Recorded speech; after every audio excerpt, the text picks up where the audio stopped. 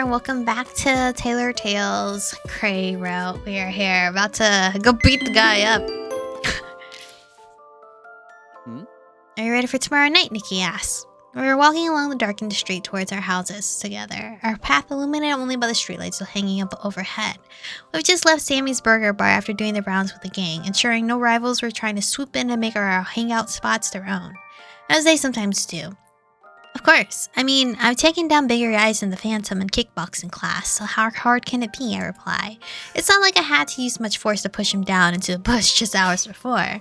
Nikki nods, thinking it over for a moment. He's always good for giving a solid opinion on matters, and has a penchant for telling the truth, no matter how hard it is to hear. Why can't I left shift? Hello? Oh, I can't left shift. What? Odd. That's the thing I like most about Nikki, and why I spend so much of my time with him these days. He's not going to confess to us or anything, right? The Phantom hasn't had any professional training like you in your kickboxing. He's a brawler and he hits hard, but you'll have no problem matching him for speed. I give Nikki an incredulous look, and he meets it with a shrug of his shoulders. How do you know so much about the other gangs? Why can't I left shift? I ask around. It doesn't hurt to know more about your enemies, he says, and I have to admit it makes sense. We pass by a large empty lot, formerly the premises of an old bakery, and I stop in my tracks before I can say any more. There's a group hanging out in there, drinking and smoking. They look older than us. It's only when I look closer that I see one of the guys has someone pinned to the ground in the middle of the circle. He says something to the boy in the ground, who can't be older than 16. I can hear what it is, though, the others half blocking them from sight. What I do hear, however, is the crack of his fist when it comes down across the side of the boy's face.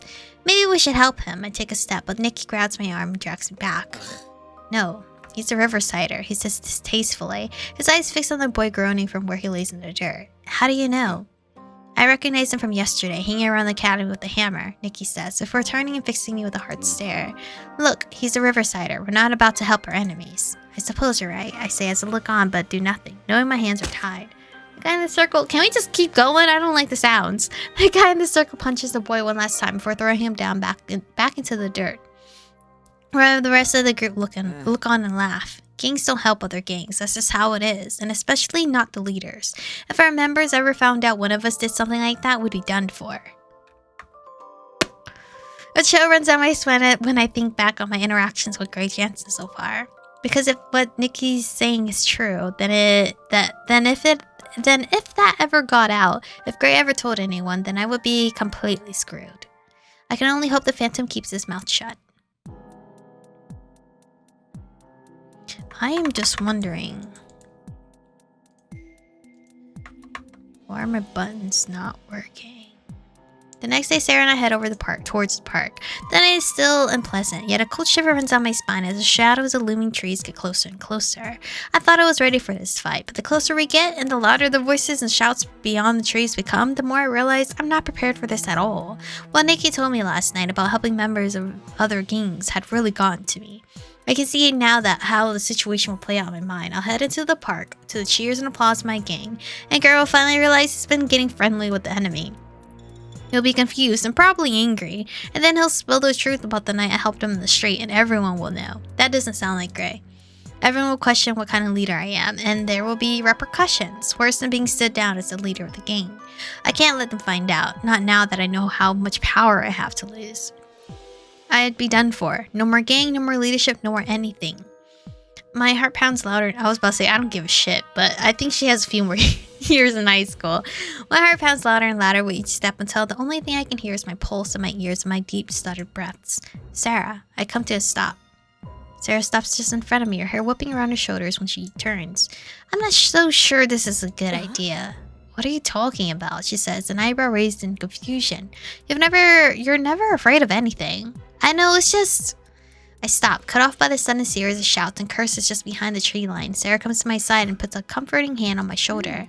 Look, you have nothing to worry about. I've seen what you can do, and I have no doubt that you'll kick the Phantom's ass. She gives me an encouraging smile, and I attempt to return it, though fail miserably. Come on, Michiko. Sarah's forehead crinkles in confusion when she sees straight through my facade. What's wrong with you tonight? I just don't know what to expect, I suppose. Sarah stares me down, her eyes just as sharp as ever, and I know there's no way in hell she's falling for my act. Eventually, she clicks her tongue and backs down, and I let out a silent breath of relief. Fine, don't tell me. She sticks her nose in the air, and I can tell she's annoyed. It's not like we're best friends or anything. I sigh, feeling a little guilty for hiding the truth from her. I'm not being a good best friend right now, but I have enough on my plate without her questioning me about it every 5 seconds. A shout interrupts us, followed by a righteous uproar, and our heads snap towards the park like a pair of deer caught in headlights. Quick, let's go see what's happening. Sarah sprints ahead, expecting me to follow, but I stay glued to the spot, my stomach whirling with nerves. I watch as her back disappears from my sight. The voices grow louder still, and it's clear a fight has broken out. I know I should be there, leading the charge at the head of my gang, but my feet won't let me move from the spot I'm in, and my skin crawls at the thought of showing up. Michiko? Oh no. I know that voice. The hair on the back of my neck bristles. I turn to find Gray heading towards me alone. He has one hand on his side with that easy lopsided grin plastered on his face. What are you doing here? What are you doing over here on your own? I feel sweat trickle down my back. Oh, you know, just enjoying the thrilling sounds of wild teenagers defending their natural habitat. I try to deflect. They do sound a bit savage, don't they? Gray huffs a laugh. He takes a step closer, though when I step back in tandem, he stops and gives me a funny look. I can't tell him it's because if anyone saw us together, being as friendly as we are, it wouldn't go down well for either of us. Thankfully, he doesn't ask.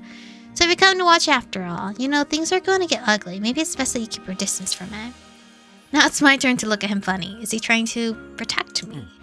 I did promise to take you out afterwards, didn't I? I wouldn't want you getting hurt before then. There's a lot I want to show you on my side of town.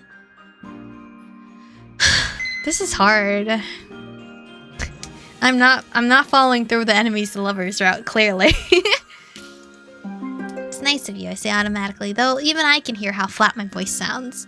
I'm having a hard time shaking off my nerves, and by the way Gray's eyebrows lift, he knows it too. I've been called many things before, Michiko. Nice isn't usually one of them. My mouth pulls into a tight smile, but that doesn't stop me from glancing towards trees and preparing myself to bullet if anyone comes through them. Well, I should head over there. Gray runs a hand through his hair, following my line of sight. I'm sure your leader is waiting for me. I swallow down the lump forming in my throat. If something occurs to me that him going over there is a very, very bad idea. Not only is he going to realize that there's really no one waiting for him in there at all, but he might grow suspicious as to why that is. Wait, I shoot out a hand to stop him from leaving. You know, you could just not go. He gives me an incredulous look, and I feel a little ridiculous having suggested such a thing. From what Sarah has told me already, the Phantom certainly isn't one to back down from a fight. Not go? He laughs in disbelief, and for a moment I want to sink right through the ground beneath my feet. What kind of leader would I be if I backed down from my own challenge? A merciful one. Gray cocks his head, his face strangely serious for once, and a chill runs down my spine. Things don't work like that around here. It's kill or be killed, he says roughly, his voice as hard as flint. The city is mine, and I'm going to make sure that everyone knows it, starting with a cowardly leader who thinks 4 against 1 is fair fight. Before I can stop myself, the urge to defend my gang bubbles to the surface. Your friend shouldn't have been on our turf. Gray's eyes turn cold and unforgiving. I resist the urge to slap a hand over my mouth, standing my ground against him instead. What did you say? He steps closer this time. I don't move, refusing to let him intimidate me. It might work on everyone else, but I'm not just anyone. I'm saying that if our guys beat him up, it was for good reason. I say through gritted teeth, and Gray, I keep calling him Gray. I can't read, apparently. Gray cocks an eyebrow, intrigued by my words. Ding dong. Hold on, guys. Your guys. Yes, from my school. He huffs a laugh and runs a thumb over his bottom lip, backing down so suddenly I can barely contain my surprise. Alright, I get it. You're not about to turn your code anytime soon, he says casually. However, something about him still seems wound up, like his mind is somewhere else. Maybe you want to fight your gutless leaders, fight for him. Wouldn't that be a sight? I'd certainly love to see the look on your face, I bite back, knowing I'm treading a dangerous path. Gray waves a dismissive hand at me, as if even the very idea of that is amusing. Then he leans forward, his voice unwavering when he whispers. No need to be hostile. I have nothing against you personally. That's what he thinks. When he leans back, he folds his arms over his chest, and I can see he's done with the pleasantries. Now where's your leader? Tell me.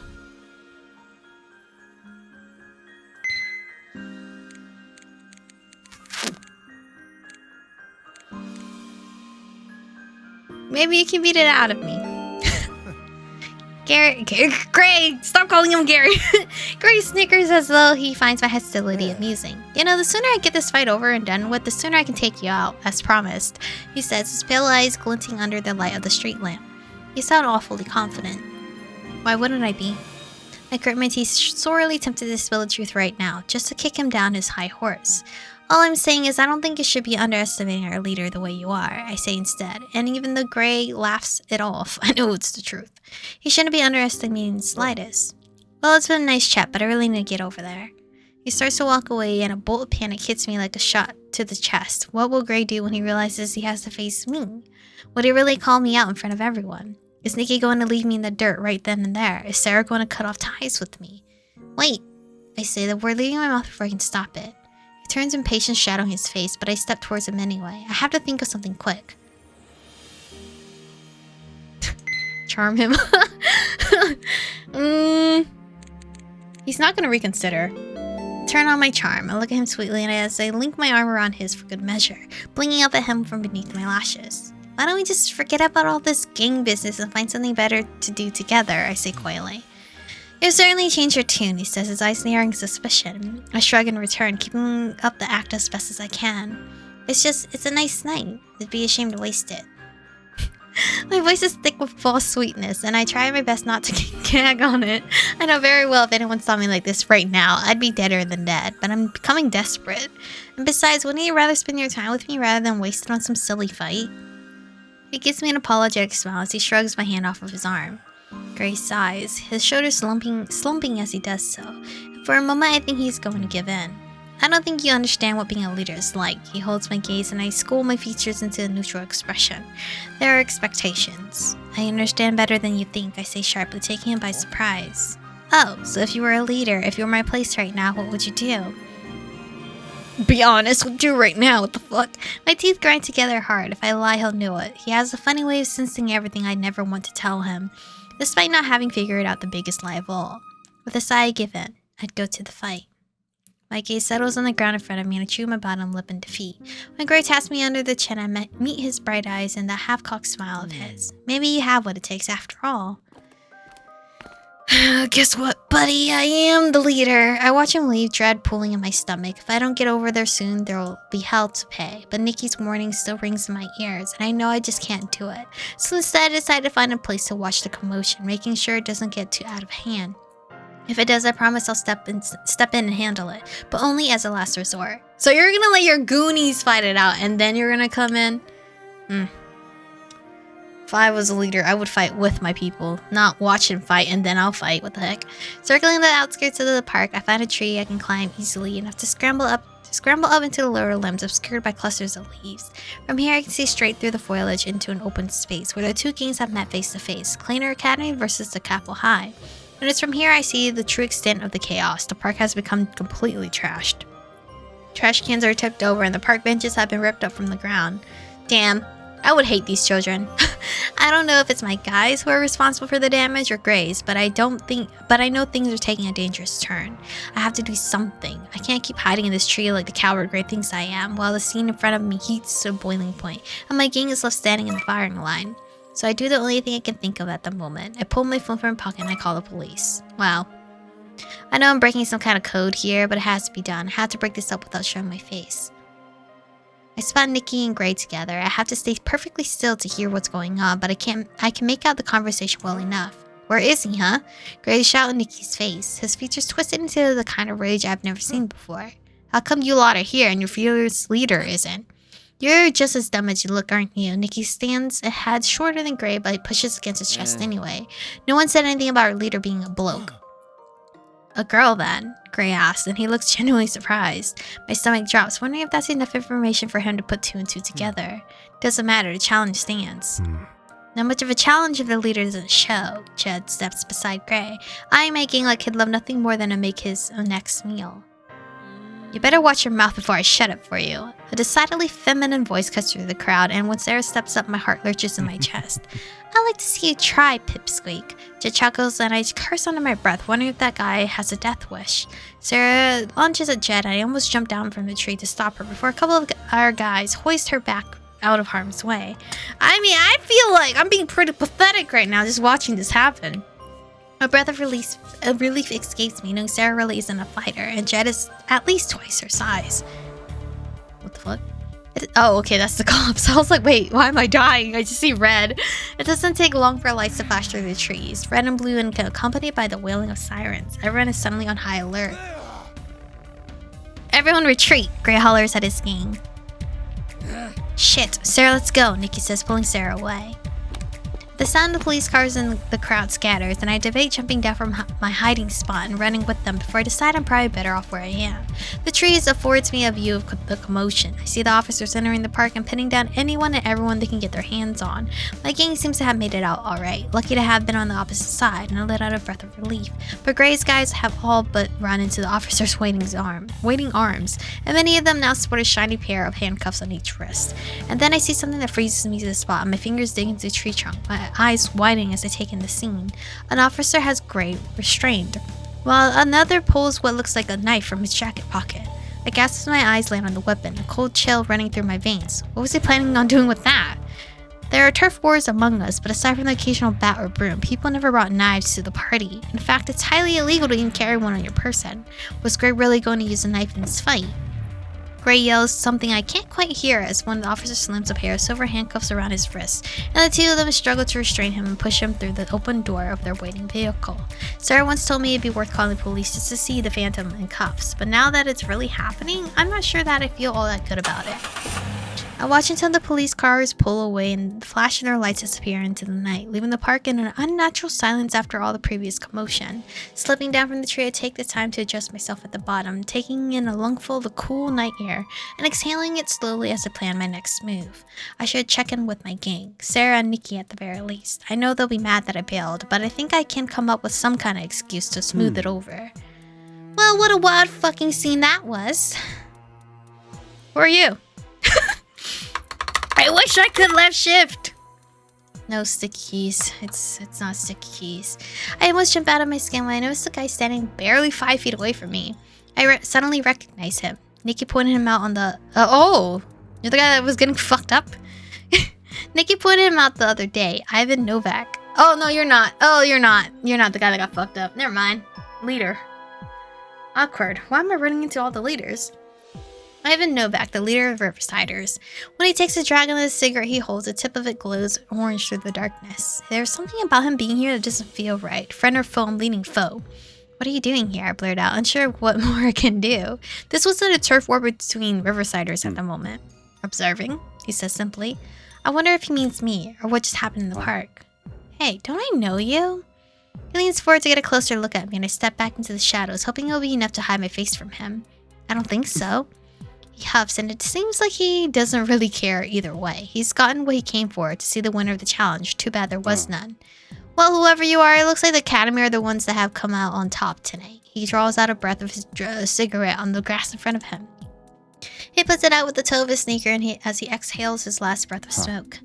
Heard you up in that tree there on your phone just now. Fuck! He snickers as though he finds the situation nothing short of amusing. And I thought I was someone with dirty tricks up my sleeves. Dirty tricks. Save it, sweetheart. It's done me a big favor, you know? The night hasn't played out exactly as I planned, but with the Phantom out of the way, that leaves only one obstacle to eliminate. I don't say a word, but it turns out I don't have to because he voices exactly what I'm thinking anyway. Aroma. Catch you around, sweetheart. Do you know who I am, or are you just saying that name? He strolls off while waving a hand from over his shoulder before he shoves them in his pockets and heads off into the night. I let out the breath I've been holding in, watching him until he disappears completely. Something transpired and I'm out of the loop, which I don't like. Did I just get played? Was he planning this all along? Beats me, girly, but you're a terrible leader right now. I lean back against the stone pillar of the school gates, keeping to the shade as I watch over the students while they file past me on their way home. After what had happened at the park with the Phantom and the other members of the Da Capo gang being hauled away by the cops, I can't be sure what kind of retaliation they'll have planned, so I know we had to prepare for the worst. And not only that, but the Riversiders are growing bolder. They venture into our side of the city almost daily, trashing our hangouts and picking off any of our gang members who are traveling alone. That Ivan, the Hammer. Oh, he was the Hammer. He's up to something. Already we've had 3 broken noses and a chipped tooth. I can only imagine the kind of phone calls the school must be receiving from disgruntled parents. It's my responsibility to keep the academy students safe, and lately that's proven to be a difficult task. Are you Michiko? A deep voice shakes me from my thoughts, and when I turn to face it, the hairs on my back of my neck stand on end. Oh, it's Jed! Dang, I wish I don't know what I did for the button to not work anymore. The guy who spoke stops nearby, his body casting a long shadow over me. He's got to be at least a foot taller than I am. Gray's right-hand man. I glance around quickly to see who may be watching, but notice the school grounds have emptied out while I was lost in thought. Who's asking? I recognize him, but I'm not going to give him the satisfaction of knowing that. His mouth is set in a tight line, and I can tell he doesn't want to be talking to me any more than I want to be seen with him. I'm Jed, a friend of Gray's. I don't say anything. Instead, I cross my arms over my chest, staring down the hulk of a boy in front of me, waiting for him to continue. He wanted to come by and give you a message. He was arrested. For carrying a knife. Yeah, I heard. I turn up my nose, ignoring the guilt, even when it gnaws away at my insides. He's still in the cells, he continues, his voice rough. They refuse to let him go until he confesses to carrying a weapon with intent to injure. Serves him right. He huffs a breath, shaking his head at me and narrowing his eyes in impatience. You don't get it, do you? Gray doesn't carry knives. He isn't stupid. Doesn't look that way. The muscles on his jaw feather from where he grits his teeth, but I refuse to break eye contact. Eventually, he lets out a long breath, his shoulders drooping as he remembers why he came here. Anyway, he wanted me to tell you sorry, that he couldn't take you out on the date he promised. I glanced around instinctively, making sure no one overheard him. Jed doesn't look thrilled to be the one to have to deliver the message, but I'm even less than impressed that he came here to do it. That's understandable. I say eventually, earning an eyebrow raise in response. Whether it was his knife or not, I can't imagine what it would feel like to be expelled from school. Jed stares at me tiredly, and I can tell by the way his fists clench at his sides that I've hit a nerve. Something tells me you'd be fine, he says quietly. His voice is tight. I'm sure you're used to living off your parents' credit cards. You don't know anything about me, I say quickly. He snorts, looking me up and down before he backs away, stuffing his hands in his pockets, and turning to leave without another word. I watch him go, right up until he disappears, my blood boiling in my veins. But underneath that fury, I know that even though I can lie to Jed, I can't lie to myself. I do care that Gray was arrested. I care because I was the one who made it happen, and I haven't been able to stop thinking about it since. Hey, Sammy's! Sarah and I walk into Sammy's Burger Bar to the sound of hoots and cheers. The entire gang is here, spread out over various tables, with extra chairs pulled over to accommodate everyone. They all welcome us as we take a seat amongst them, talking excitedly amongst themselves. Food has already been ordered. I can't believe the Phantom was expelled. It was bound to happen sooner or later. Did you hear he brought a knife to the challenge? I sink back into one of the booths, staring at my burger with no appetite. I understand why the gang is celebrating. I'd be happy too if the circumstances surrounding Gray's arrest were different, but they're not. Come on, Michiko, your burger's getting cold. She pokes my side to get my attention. I'm just not really hungry at all. All that hungry, I lie.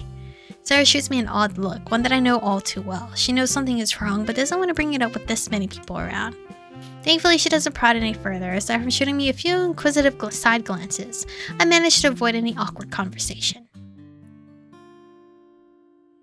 When we exit the restaurant to be met by the cool night air, I'm starting to feel a little better. The gang part ways. Sarah and I group up with a few others who live in our part of town and start walking home, chatting as we go. We're around a corner finding ourselves facing a group the same size as ours, hanging out on the pavement. It almost looks as though they've been waiting for us.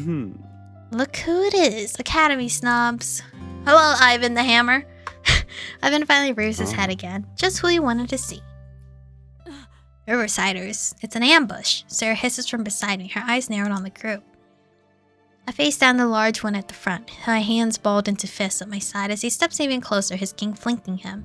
This is our part of town. Why don't you go back across the river where you belong?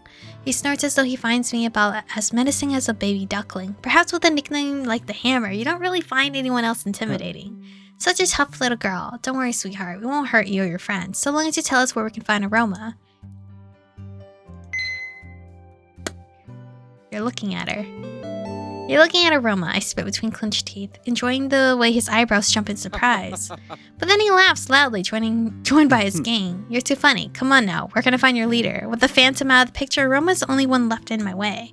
I stare him down, saying nothing, and eventually something seems to click in his brain. Oh, so you're Aroma. It's only polite to introduce yourself first, I bite back. The name's Ivan, or the Hammer, as my enemies refer to me as. Well, now he knows I'm a fucking snitch. Because I called the cops. His lips slowly spread into a grin, so unsettling it sends a shiver down my spine. This is going to be fun. Well, goddamn, alright, get straight to the point, I guess. A gasp of surprise escapes me when he launches in my direction. His size makes him slow enough that I managed to dodge him at the last second. Oh, okay, thank God. With his back turned, I send my foot slamming into the back of his leg, making him fall to one knee with a groan. I'm only vaguely aware of the others taking care of the rest of the Riversiders around me, my eyes firmly fixed on Ivan as he pushes himself to his feet and dusts the dirt from his pants. When he faces me, all traces of amusement has vanished from his face, replaced instead by a dark glare. He comes towards me again, and I raise my fist, ready for him. He dodges my right hook with ease, and a glint of metal catches my eye. A knife. Suddenly, something hits me from the side, and I'm pushed down to the ground. Oh shit! A cry of pain pierces the air, but it's not mine. I scrambled on my feet to find Sarah hunched over in the spot I had previously been standing, and Ivan standing over her. Spots of crimson blood drip from the knife as he clutched it in his hand. Sarah's been cut. Ivan stands rooted to the ground, but my yell seems to shake Ivan from whatever stupor he had been in, and he looks almost panicked when he shouts at his gang to run, his heavy footsteps disappearing down the street as he follows behind them. Did he plant a knife on Gray? Ow. I rush over to my best friend and she whimpers in pain as I put my hand on her side to assess the damage Ivan's knife has done. She's conscious, which is a good sign, though she's breathing hard, and when I pull my hands away from her wound, they're covered in blood.